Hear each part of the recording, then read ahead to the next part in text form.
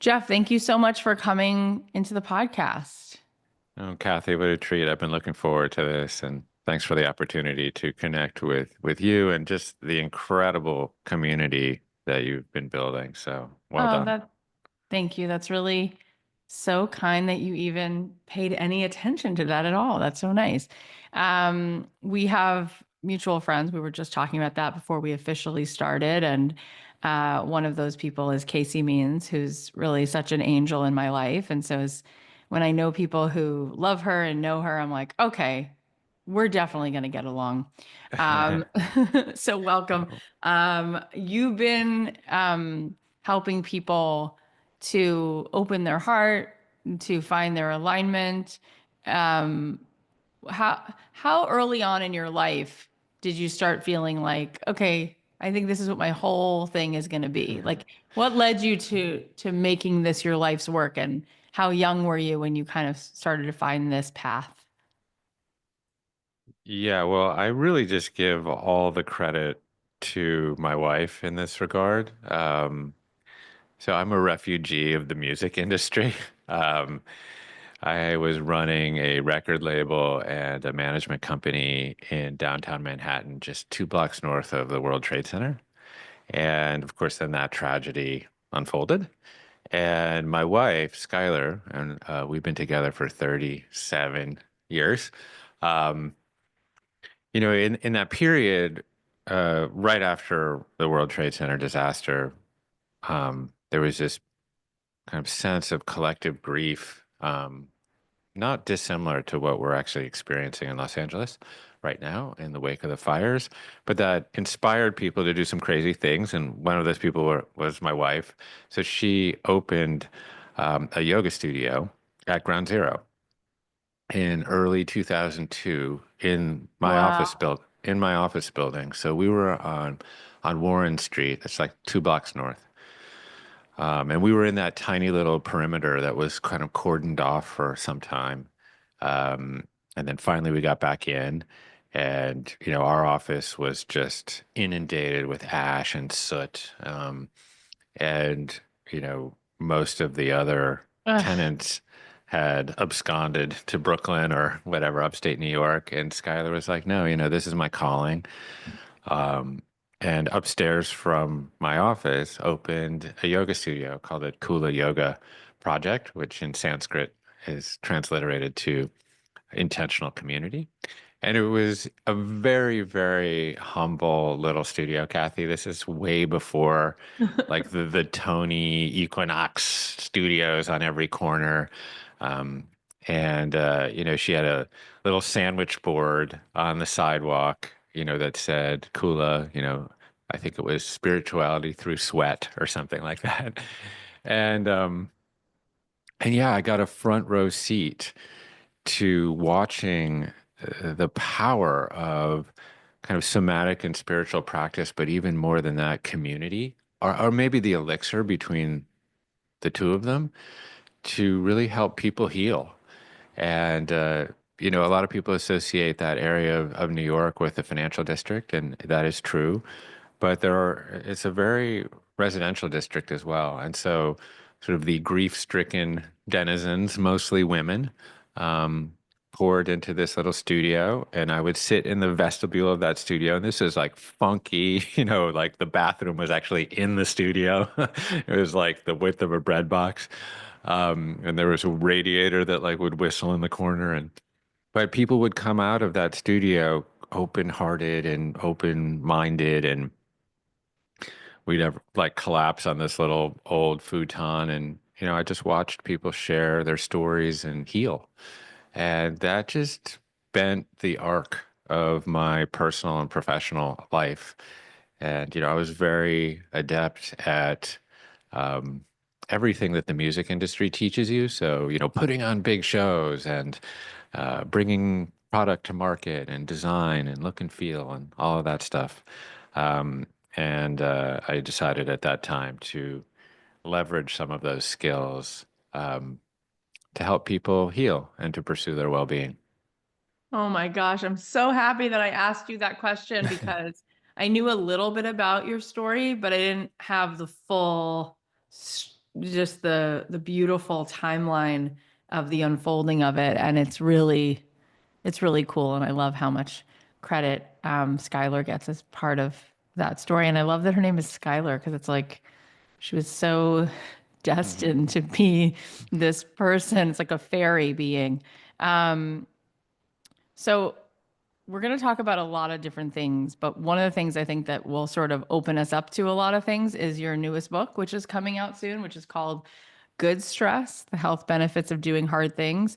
And you also co-authored it with your wife, which is cool. Mhm. First of all, let's define the difference between good stress and bad stress. Yeah, so sometimes I feel like I'm a PR agent for stress.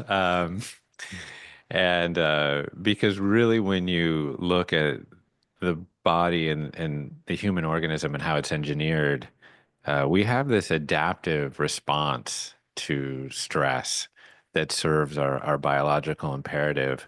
But for very good reason, in the modern age, we generally associate stress negatively. And, you know, for good reason, stress in the modern age or the way we experience it is chronic and it leads to imbalances. And those imbalances really are the provenance of so many things that we label disease. So just to kind of ground this like in an example, because I think this helps people understand better, is like we all have stress responses during the day. Like I'm an avid hiker, and so I'm hiking up in the trails here in the Santa Monica Mountains all the time. And maybe like from time to time, once every 30 times up there, I'll run into like a rattlesnake on the path. And my body has a totally adaptive biological response to that stimuli in my life. So I'm sure you've had this experience, maybe in traffic, maybe with our children, where, your heart and respiratory rate increase, your liver secretes just the right amount of glucose to send to your extremities to fight or flee. Your pupils might dilate, but really the aperture of your attention becomes very small and narrow, and you become self-obsessed and distrust the world around you. And for very, very good reason, because you're trying to Yeah. survive. And this response fulfills this biological imperative that humans have to survive. And that's ancient. Um, the problem here in the modern age is that metaphorically, the rattlesnake for so many people never leaves the path, you know? And, when I'm on that path, what happens? Well, the rattlesnake eyes me and decides, like, Jeff will not be on the specials menu today. And he, slithers off into the high grasses. And what happens? Well, I have a total normal response. I return to homeostasis. I return to my parasympathetic nervous system, my heart rate and respiratory rate go back down. My aperture, my attention opens back up. And, this is part of the amazing engineering that we have in our human organism to move back to center, to move back to equilibrium. We call it in the body, we call it homeostasis. But, the problem is that oftentimes through the onslaught of 24-hour news media and algorithmically preferenced social media content and neglect and abuse and racism and financial hardship and overwork, etc., fill in the blank, we are in this chronically stressed state. And this has so many negative downstream impacts, both physiologically, which I'm happy to describe at some geeky length, but also psychologically. We just simply don't make rational or even compassionate and loving decisions when we're in this place of amygdala hijack. Um, so this is really, the difference between sort of good stress or normal stress response and then chronic bad stress. And then, when you really, unpack rigorously how the body is actually miraculously engineered, you find all of these incredible responses, adaptive responses, I should say, to short-term stress. And a lot of these stresses are really Paleolithic in nature. They are some degree of calorie restriction or calorie paucity, their exposure to fluctuations in temperature, exposure to light at the right times of day, um, living kind of less individually and more communally.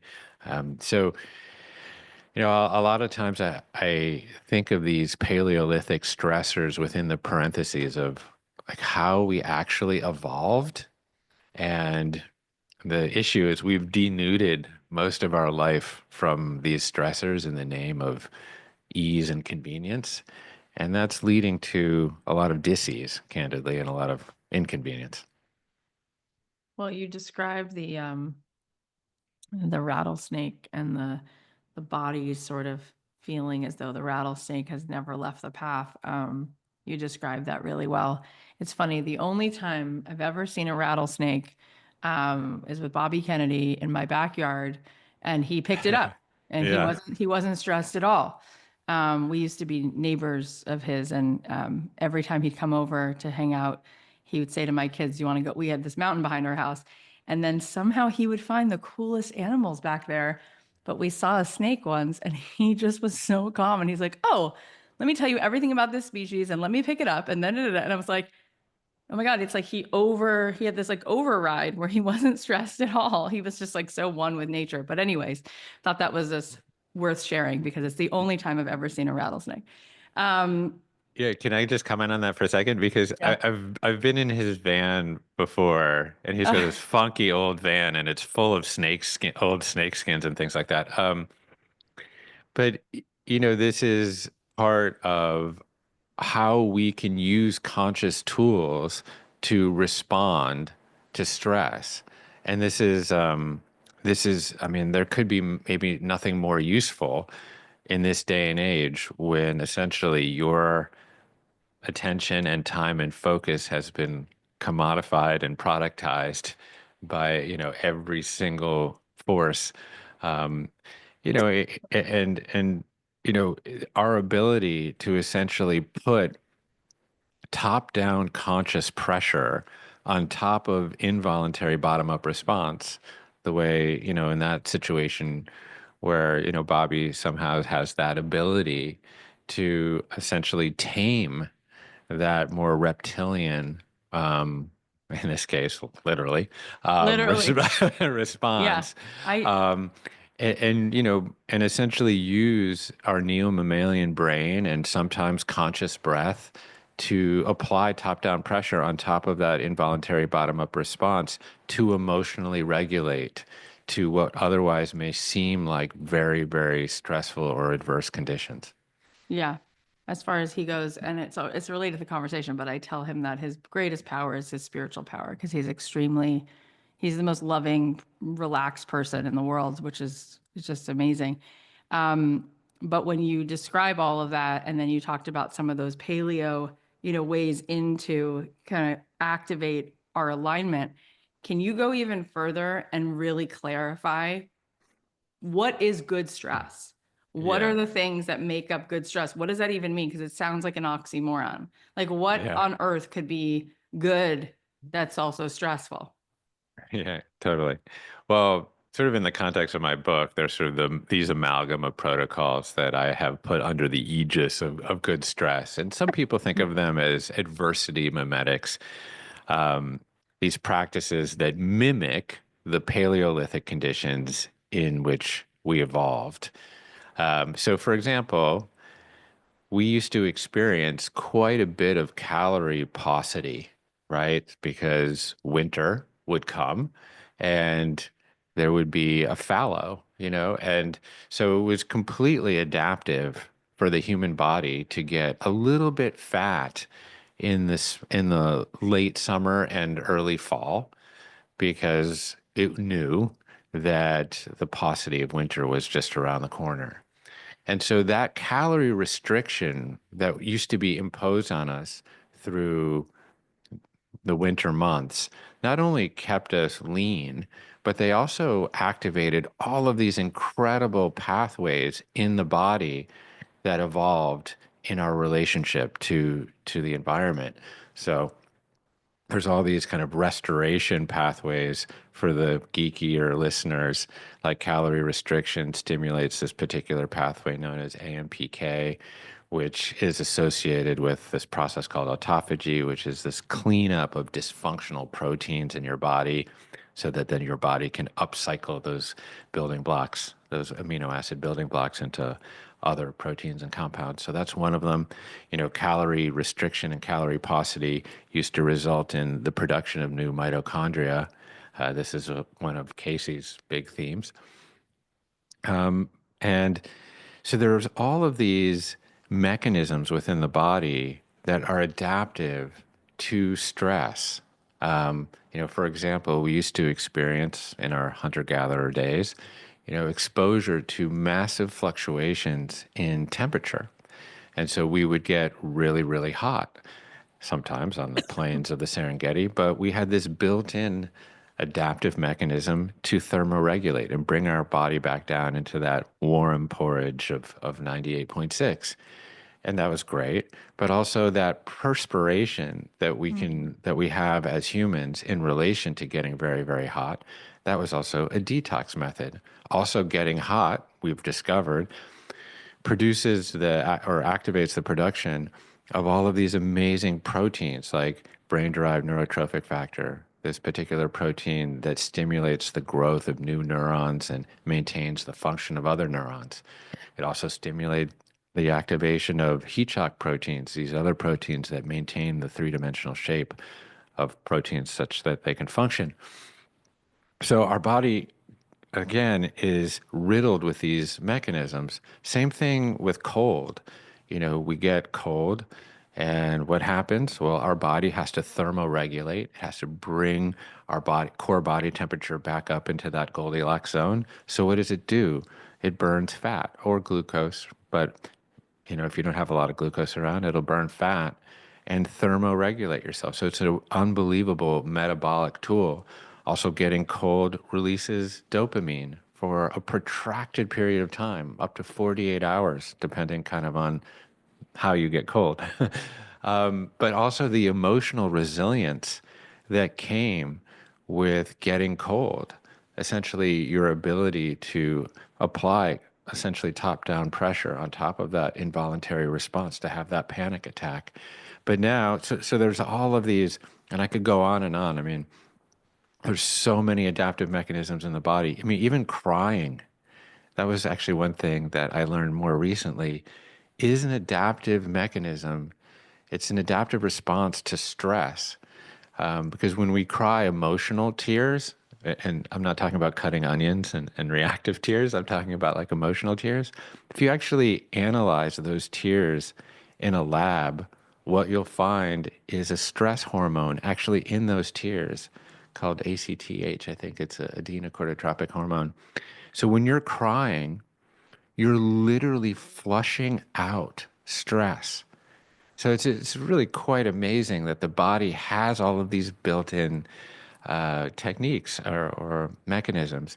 Crying will also generally, if you're in a really serious bout of crying, it'll force you to take like gasps of breath, and that long breathing, that is also a way that we emotionally regulate. So, but again, if you look into modern society, the mismatch here is that we've essentially eliminated calorie paucity. Like winter kind of never really comes, right? You can order up Chick-fil-A on your phone and DoorDash it right here, kind of before the podcast is even over. Whatever I'm sitting right now in this nice little thermoregulated environment, right? There's a digital thermostat on the wall. It knows me. I don't even have to get up to set it anymore. It keeps me at a snuggly little 72 degrees, but makes poor use of the thermostat I actually have right back here. Well, it's kind of like, I can't get to it, but it's sort of called the hypothalamus. And so when I don't use that, I become, I lose resilience. So there's so many of these Paleolithic stressors that confer a physiological benefit, and then we've essentially stripped them out of modern life. And for me, that's my main thesis, is this chronic ease has resulted in a lot of chronic disease. Oh my gosh, that makes a lot of sense. And it's really, um, it's just fascinating, just the level of when you talk about ease and comfort from that way, right? Like I remember, Dan Buettner telling me that people in the blue zones don't work out because they just naturally move their body every 20 Right. minutes because they're washing their clothes or gardening or moving or, and it's just like there's a level of quote unquote ease that I wouldn't refer to as ease, but it is ease in the sense that it's like you just you just go into like it's almost like you're a zombie. It's just like you're Yeah. like waking up every day and your body doesn't get to do what it was designed to do. And so it's no longer activated. And it's so bizarre, really, when you zoom out and think about how 99% of the things that we interact with all day are like luring us into this level of like just turn off all of your capacities for expansion, for Yeah. creativity, for resilience, for problem solving, and just sit, watch TV, order food from your phone, watch your phone while you're watching TV. Don't get up. We'll send it to your door. And it's just like, of course, the life expectancy is going to, what are you doing? It's really interesting, isn't it? Because everybody thinks that they just want ease, but I think it's a different kind of ease that we want than it's like vegetative. It's just like what kind of state is that of being? Yeah, you totally just nailed it, Kathy. Totally. It's like, yeah, from time to time, it's delicious and wonderful to like lounge on a couch in a Lounge. snugly 72-degree regulated environment and binge Netflix and chow down on Chubby Hubby. Yeah, okay, from time to time, I get it. Like, it's not that I haven't done it, but that's not the real ease that we're looking for. And Yeah. sometimes I think about it in the real ease that we're actually looking for. We know it when we taste it. It's like, I'm sure at some point in your life you've gone to Stop and Shop or some grocery store, or Ralph's and or Vaughn's, probably not very often, but bought like some ethylene gassed tomato and you bring it home and you taste it and it tastes like nothing, right? It tastes like cardboard. And then you've also probably tasted a tomato that you or one of your friends has grown in their backyard and it explodes Yeah. with effervescent sweetness and fecundity.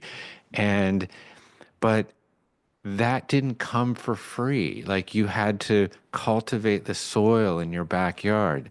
You had to make the pH balance work. You had to plant the seed. You had to get enough water and sunlight on that seed. You had to prune it properly. And then, through a little bit of inconvenience, Yeah. what did you get? You got actual real ease. So It's true. like we have chickens here.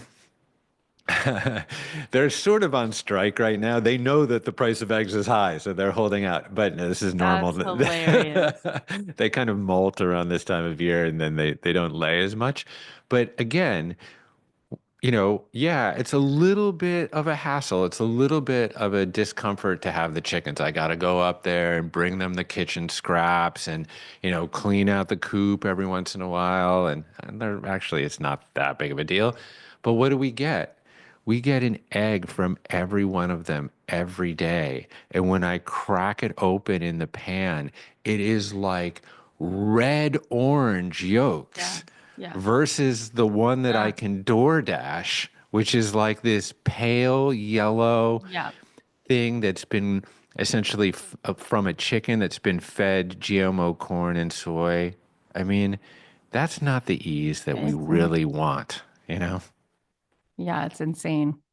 When I love this conversation for so many reasons. I mean, I love it from the body, biological awakening of how you eat, how you live, how you move, all of that. And I also love it from the psychic level, from how you think and how you show up. Because when I was growing up, my mom was really depressed and was really suicidal most of my life. It was a really hard time.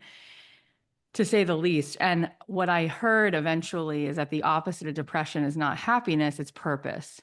It's like, we're being sold a lie that if you could just have all of your comforts, you would feel exhilarated, but you won't, right? What you actually want is to be in conversation with purpose. It's like you want to like dialogue with the mystical, with the divine, with the land, with the people. It's like there's something so much greater than quote unquote comfort. It's like something so much greater than that. And I just love what you're saying because it's not in one quadrant of our life. It's in all of the realms. You know, like even you talk about communing because that's such a big part of your work. Relationships are not comfortable. You know what I mean? Like being in relationship is a mirror, which is good for you because it requires you to like stretch and you get triggered and then you have to notice what that is. And then you have opportunities and invitations and you can set boundaries and it's just like, it really is interesting that it's actually not what you want, but you're being told what you want all the time is just to be comfortable. And there's something so much greater than that. Yeah, I think it's interesting that you brought this notion of chosen adversity into the social realm, because it's not where most people go. They think about, yeah, fasting and cold baths and things like that. But I think candidly, where I find kind of self-imposed stress most interesting is in that psychosocial space. Because again, if you really examine how we evolved within community. And it doesn't mean that we didn't have conflict, but we actually had to address the conflict Yeah. face to face and acknowledge the best part Totally. of someone else's ideas and see their common humanity and then Yeah. find some degree of compromise and common ground. But fast forward to kind of the modern day, it's like we're just really sending anonymous vitriolic barbs behind digital keyboards. That's most of like what we see for social Yeah. interaction. Definitely And what that we, of is the most unprofitable project there. We never get anywhere with course. that. And I Yeah. think, Gabor Mate, I think once said to me, he's like, if you could map uh, the entirety of human history across one single day, we lived communally for 23 hours and 54 minutes of it. So now we're essentially living in opposition to the way that we evolved. And so what we see is this incredible breakdown of social or public discourse because we no longer are forced to lean into hard, thorny, quote unquote, stressful conversations. It's so much easier and more comfortable to avoid them, right? Just to run away or just insult someone and use ad hominem instead of actually leaning in and actually having that uncomfortable conversation and admitting where you were wrong Yeah. and forgiving and finding common ground and seeing common humanity in people that you don't agree with. So this is where I think like stressful protocols can transcend just the physiological and move into the social realm. I love it too. One of my favorite quotes, my rabbi, David Aaron, he says, oneness does not mean sameness. By definition, oneness is that everything in the orchestra is one and they're all different instruments. That's what makes it so beautiful. My friend, during the fire, when we had to evacuate for 10 days, we stayed with my friend on her farm, and she was showing me that, and you probably know this better than me because you're living it. She's like, in order for this garden bed to grow best, I have to diversify it. So there's like marigolds next to asparagus, next to hydrangeas, next to lavender, next to bok choy. And it's so beautiful to look at it. Right. And she's like, no, this is actually how it does best. Right. And it's just like oneness is not sameness. Like the oneness of everything is what it's like the periodic table of elements. It's like silver is not boron, it's not copper, but they're all manifestations of this one gorgeous, infinite, gorgeous universe. And it's just amazing. And so, yeah, I agree. That's why I started a podcast 1,000 episodes ago, is because I just love being in beginner's mind. And I love that we just get to sit and just listen and be curious. And we all get better ideas from hearing things that are not in an echo chamber. Mhm. And it is cool. I mean, and it is good stress to say, cool. When you first just said that, you completely rearranged the way I see the universe. So I need a minute, but let me just hold on. And now, what might I think that could be one little ounce different that actually maybe helps us both, because we just shared a perspective that was singular to us, which now helps us see the world even more expanded. So Mhm. I agree. I think but what I will say is that we just did a lemonade stand the other day, and we just went to a random park, and every different kind of person came over, and everyone was so nice that I felt like crying. And I was like, you know what? It's really BS, because social media shows you the tiniest, weirdest look at the world, and your actual world when you go through your day and you ride on the bus, Mhm. or you go to the subway, or you go to the 90% of our own worlds literally are just, I think people are actually really willing to actually just care and show up. So I think that's also really screwed up and weird that we think it's that way, because I think that's just, I don't think it actually is, but I think that that's the way that it makes it look, because it does better for the algorithm. And unfortunately, we're all looking at that too much of the day. But it's a great conversation to have, to remind all of us to step into that place of oneness and just like allow yourself to tolerate, right? What doesn't feel comfortable, because it's really good for you. And that's really what you're saying, which is an awesome mandate across the board. Yeah, yeah. I kind of embarked on this mission to teach myself how to play jazz piano. That's so cool Yeah, I and mean, hard. and hard. Yeah, I have sort of a dream to be stuck in a corner in some little Italian bar at some juncture, playing for myself. But I love anyways, that. I love that dream for you. but it was very difficult. And you can only imagine the amount of mistakes that I made. But it was actually those mistakes themselves that were essential to the growth, to the learning. And yes, I can map that across neuromodulators and explain, the chemical soup that is necessary for people to learn kind of in their brain. And that's interesting. I find that interesting. But it's actually the notion of embracing the mistakes as a method of pushing yourself forward. And then, of course, if you see that within the bigger quilt of nature, that is how we evolve as a Yeah. species. You know, nature is like a perfect architect, but and not a perfect carpenter, I guess. We make it makes mistakes. There are mutations and these single nucleotide polymorphisms, et cetera. And from time to time, those mistakes are actually adaptive. And then nature selects for the best of them. And that is how we essentially progress as a species. And you can apply that same metaphor to ideas. Out of like a multiplicity of diverse ideas in a good, thoughtful ideas marketplace, like the best ideas will cream to the top, right? So, yeah, I think this idea of seeing the world as yes, you are distinct, but you're not disjointed from it.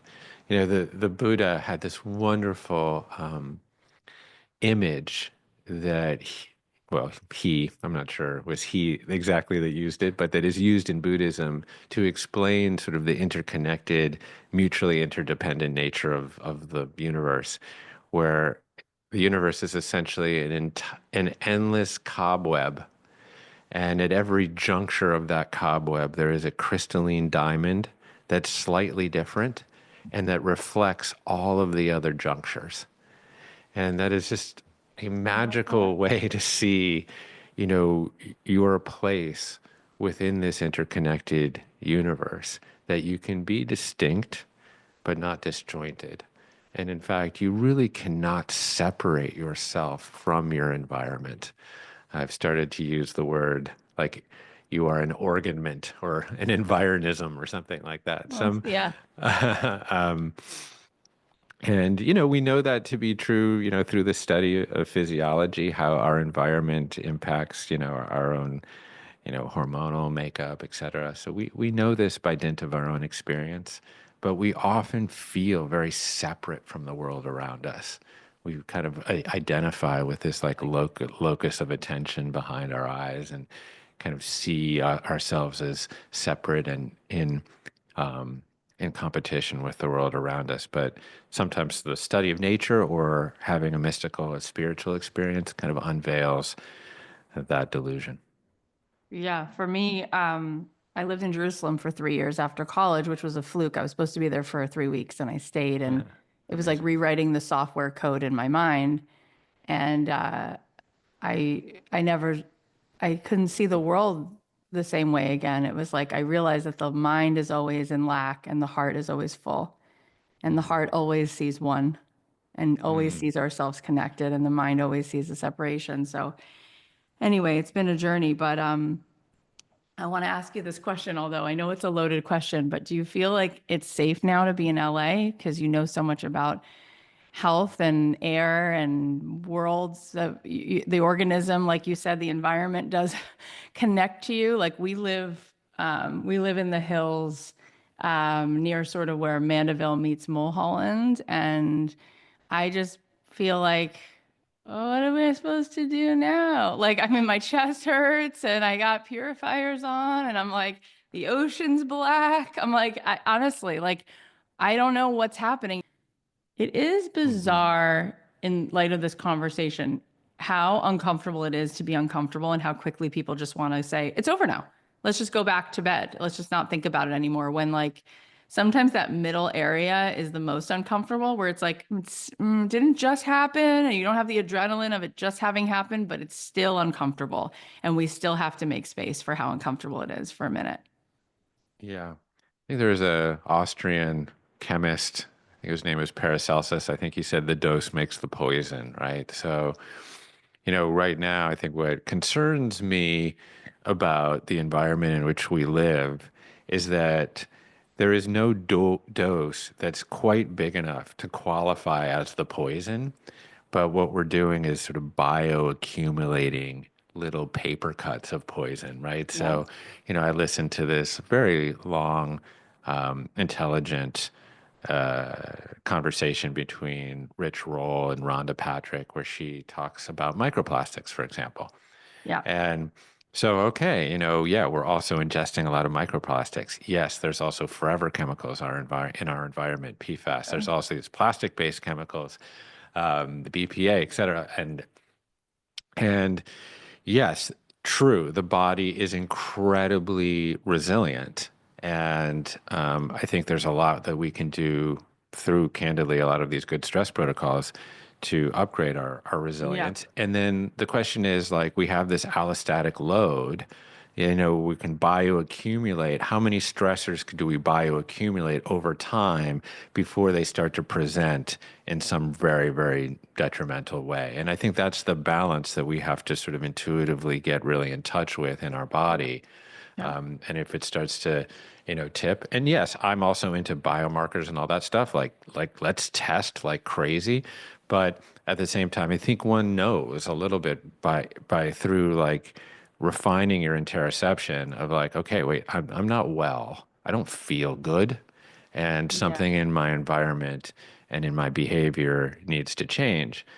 You know, then of course, like there are these like plants, for example, that I got really, really into called xenohormetans. They're these plants that are actually the plants themselves developed, a defense mechanism against fungi or, Hmm. like resveratrol is like the most famous one, right? So it's in like the skin of grapes, and so developed this compound known as resveratrol to ward off certain kinds of fungi.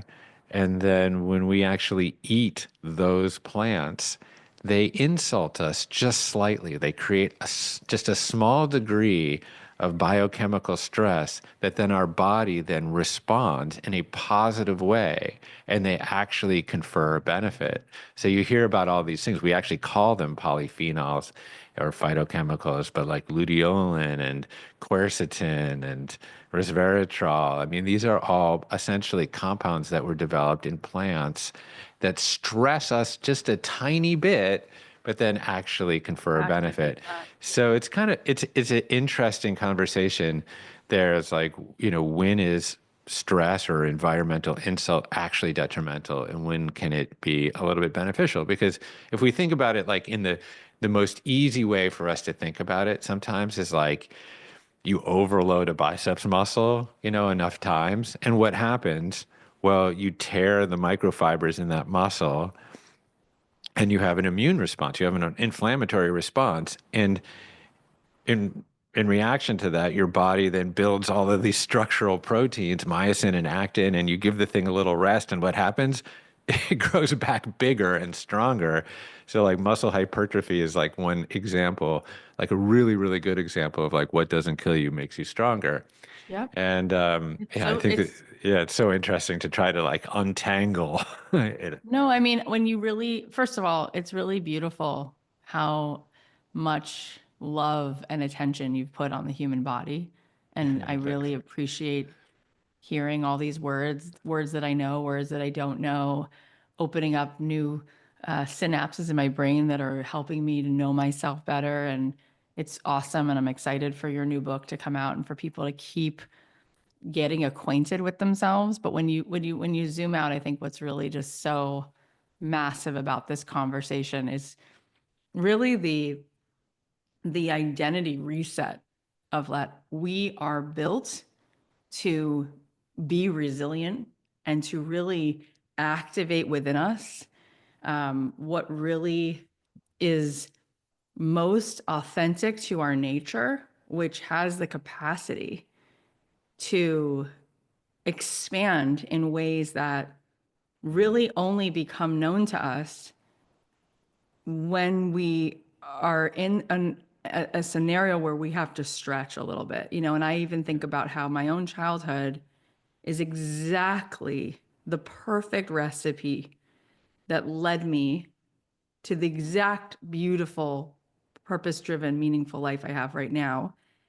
Because I often say to people, well, I wasn't raised being very comfortable. So, in a way, my parents' divorce and my mom's depression and, all the, it's like, it was like the perfect platform on which I could then grow into this and show myself what capacity and what lies within me that gets called up Mm, when I am, in a certain kind of a scenario. And I think what you're saying is really like a mandate to be like, who do you know yourself to be?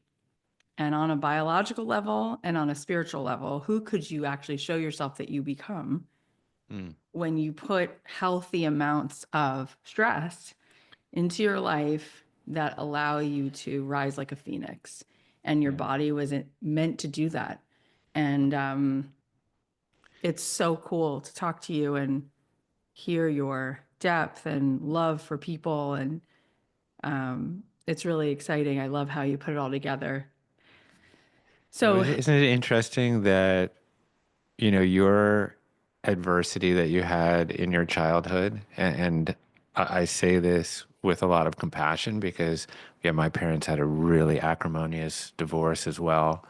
I was also a super chubby kid moving around the world, like trying to fit in all the time, often into like new schools and new cliques of friends. And I really just ended up telling a story to myself about myself that essentially I was that fat kid that would do anything to be liked, that would always kind of sacrifice my own authenticity in order to belong to a group.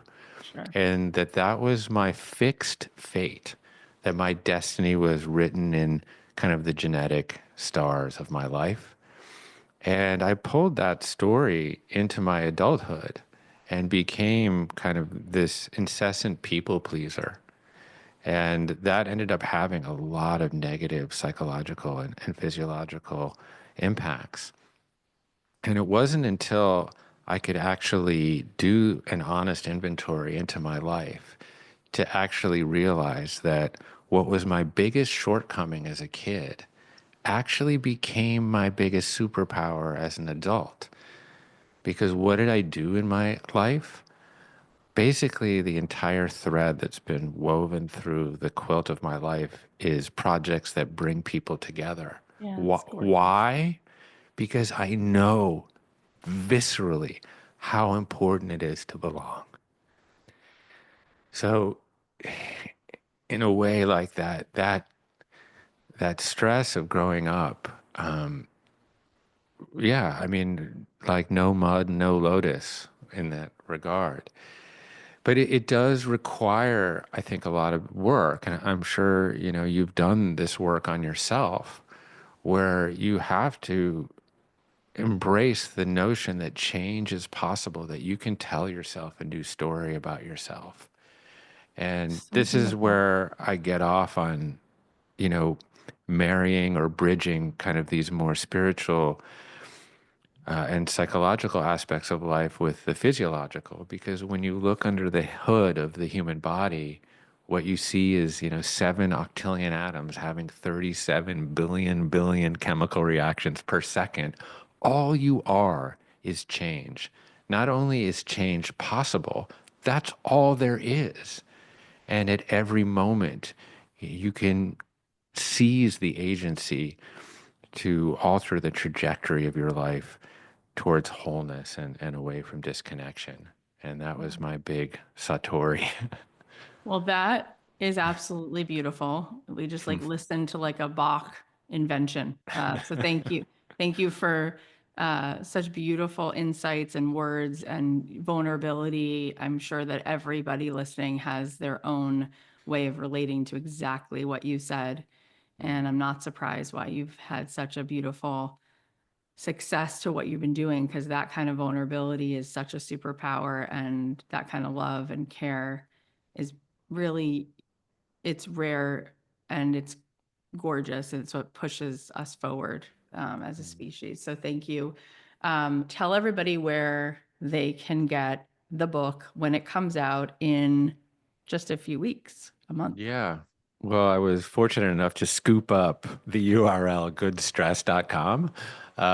Great. So look at that. So you can just go to goodstress.com. And because I am so fortunate to work with so many incredible doctors and inspirational people, that if you pre-order it there, you'll get all these online course goodies from all my friends like Casey and Mark Hyman and Zach Bush and all that That's kind of stuff. so So nice. it's a good And those deal. are the coolest people to get gifts from. So Yeah.